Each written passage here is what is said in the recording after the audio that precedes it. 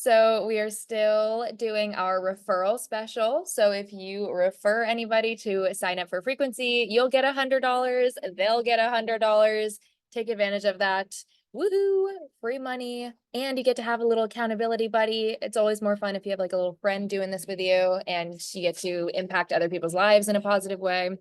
And then also for you guys and you guys only over the next now 23 hours, if you reach out to Sheena or me, and if you want to extend whatever program you want, whether it's 3, 6, or 12 months, no matter what payment plan you choose, whatever that is, you get 20% off of that, as long as you let us know within the next 24 hours. So take advantage of that. And this is all because we really love you guys. We love our current clients that we would rather work with you guys or people that you know or refer than just kind of market to like random people. Like seriously, we really have the most aligned, special, hardworking, badass group of females right now that having one bad dud can kind of like kill the vibe. So we got a good vibe going on. If you guys want to extend or have anybody cool to join the team, let us know. And yeah, all right.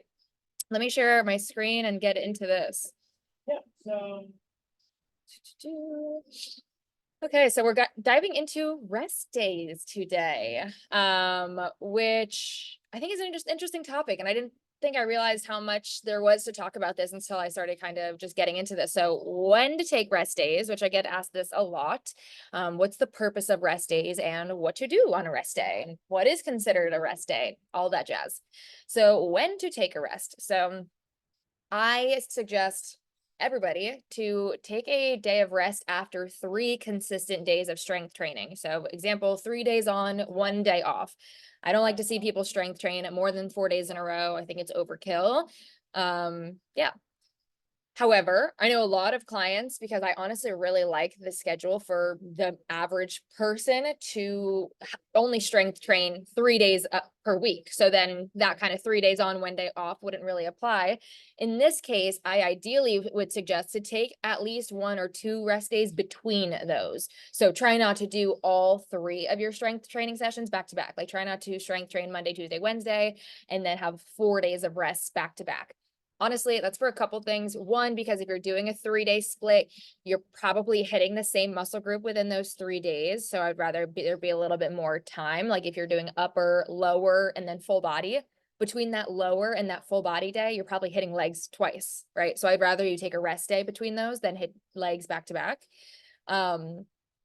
Also, I think having 4 days of rest back to back could kind of snowball into, honestly, I know for me that if I take 4 rest days, like I usually start to like literally feel depressed, like a body in motion stays in motion. So I think spreading it out throughout your week is honestly just more like encouraging and motivating. However, utilize that to whatever works for your schedule. You know, it doesn't need to be something to stress about. If you have to go on vacation for 4 days, then yeah, maybe we should get your workouts in the 3 days before that. Give each muscle group at least 24 hours to recover. So like I said, if you have legs on Tuesday and full body on Wednesday, or whatever that looks like, if you have, you know, the same body part back to back, at least give it 24 hours. So even if you still need to do a workout on Tuesday and then the workout on Wednesday, try to have the Tuesday workout be in the morning and the Wednesday workout be in the evening. So you have more than 24 hours for that to fully recover. And if that muscle group is still sore, just don't hit it. Don't work out that day. Take a rest day. So again, if you're doing legs and then you have a full body and your legs are still sore, I would rather you choose either to do upper body that next day or take that day of rest. If your upper body is sore, don't try to go in and do upper body unless you have a split where you're doing maybe like push. So you're doing like chest, shoulders, and triceps, and then the next day you're doing pull, back, and biceps. You can differentiate like, you know, what parts of each muscle group are sore, then that's okay. But yeah, if you're doing chest one day and then your chest is still sore, take a rest day. Also take a rest day if you did not get quality 7 to 8 hours of sleep the night prior. I would much rather you prioritize rest. You're not going to get the benefits of your strength training session if you are sleep deprived, didn't have quality sleep at all. So yeah, prioritize that first. Also take a rest day if you had something physically traumatic happen. So literally yesterday, Marissa, I don't know if she's on this call, but she got into a pretty bad car crash, which is really scary, but she's okay. Oh, there she is. I see her. Hey, girl. And physically sounds like she's pretty okay, but her nervous system underwent a lot of stress. So something like a car crash or whiplash or just kind of any kind of injury. Maybe if you get blood drawn and you can kind of feel that like lightheaded effect afterwards or whatever, or you passed out that day. Do not work out that day. Take the entire day, take the whole 24 hours to rest. And do not strength train twice in one day. The answer will always be no, don't do that. No 2-a-days. We do not do 2-a-days here.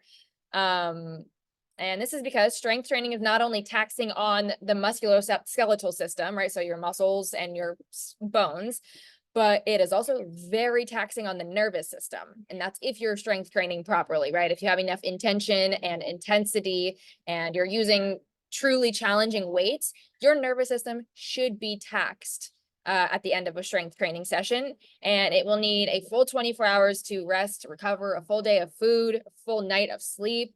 We do not do upper body in the morning, lower body at night because you have a flight in the morning. You just should have planned ahead earlier or just take a rest day. Please, no 2-a-days, okay? What is the purpose of rest days? Progress happens outside of the gym. I think a lot of people kind of get that mixed up. The strength training process is the breaking down of your body, of the muscles, putting a new force on it to force the body to adapt to the new stimulus. Okay, so the adaptation process only occurs during rest and recovery, which consists of food, rest, and sleep. So yeah, the way I like to explain it is like, this is why at the end of your workout, right? Let's say you have a badass 45 to 60-minute strength training session, you are not getting stronger and stronger and stronger throughout the session, right? By the end of the 45 or 60 minutes, you're gassed, you're tanked, the weights are getting heavier and harder. You're not just getting stronger and stronger. That's because we adapt to this new stimulus after the fact, after we rest, have a full day of food, have a full day of rest, then we come back to the next session. Now you're stronger, right? So it's not that immediate. We're only breaking ourselves down in the gym, in the actual session. The growth, the progress happens outside of the gym. Okay, so that's why rest and recovery is not only important, it's required. Okay, you need that. And also, working out is stress on the body, it is inflammation on the body. We should not be putting an unnecessary amount of stress and inflammation on the body. It will have diminishing returns. A lot of you guys probably had that experience. You came to frequency, maybe training 6 to 7 days a week. Now you're training 3 to 4 and you're actually seeing more progress and more results because we took a major unnecessary stressor off of your body. And again, you weren't even getting the benefits, the progress or adaptation process happening because you were spending too much time under the stress and under the inflammation. And then what to do on a rest day. This one is kind of a fun slide, I think. Go for a walk. Take a yoga class, go on a bike ride, kayak, swim, stretch. This is a great day to stretch, a great day to foam roll. Eat the exact same amount of food, okay, unless it's programmed by your coach, which sometimes that does happen as we progress deeper into a program. You know, maybe your macros will change on rest days or not, but if that's not part of your protocol, eat the exact same amount of food and protein. Drink the same amount of water. That's very important because I know a lot of times we tend to drink more water while we're working out, and then maybe on rest days it's not so much. We need to make sure that's exactly the same because that's a part of that recovery process. Prioritize stress management. Use these days to, when you have that free 45 to 60 minutes, use this to do a guided meditation or to just sleep a little bit more, to rest. And don't fucking stress the whole day about not working out. That's going to have absolutely you might as well go put excess stress on your body by going for a 10-mile run or whatever, if you're just going to sit and feel guilty the whole time. So make sure to relieve any stress. That's why you have a plan, a protocol. You don't need to beat yourself up. I have that happen a lot with clients, in their check-ins. They got all 3 or 4 or whatever it was of their workouts in for the week, yet they feel like they didn't do enough. They have this constant guilt and fear that they're not doing enough. You are, and if you're spending your rest days thinking that you're not, you're just going backwards. You're just adding additional unnecessary stress.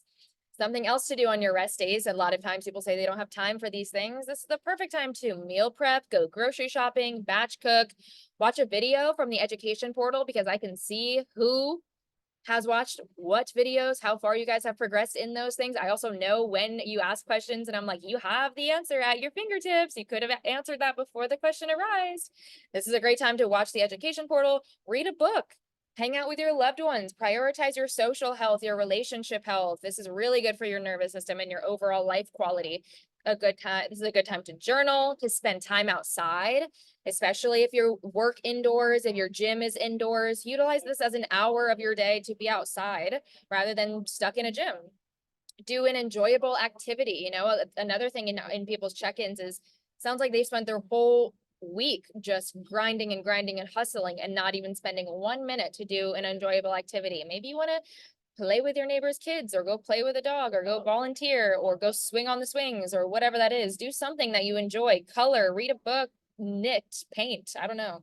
Go to a concert. Like, make sure you are still a human being. A lot of you guys are really, really hard workers, and I love that. But one enjoyable activity per week, please. Try something new. That's always really fun. So yeah, okay, that's that. I knew this last slide was so fun and fresh. Where are you guys? Okay. Hey, all right. Any questions, comments, concerns, anything from the week that anyone wants to bring up? Anything about the specials that we got going on?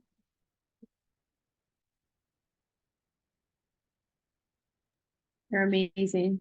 Amazing specials. Love you. Yeah, this is fun and exciting.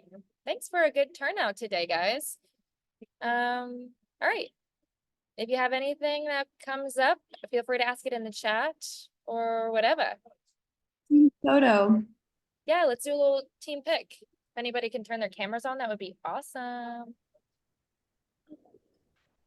Yes, everybody, come on. Okay, don't be shy. Okay, 1, 2, 3.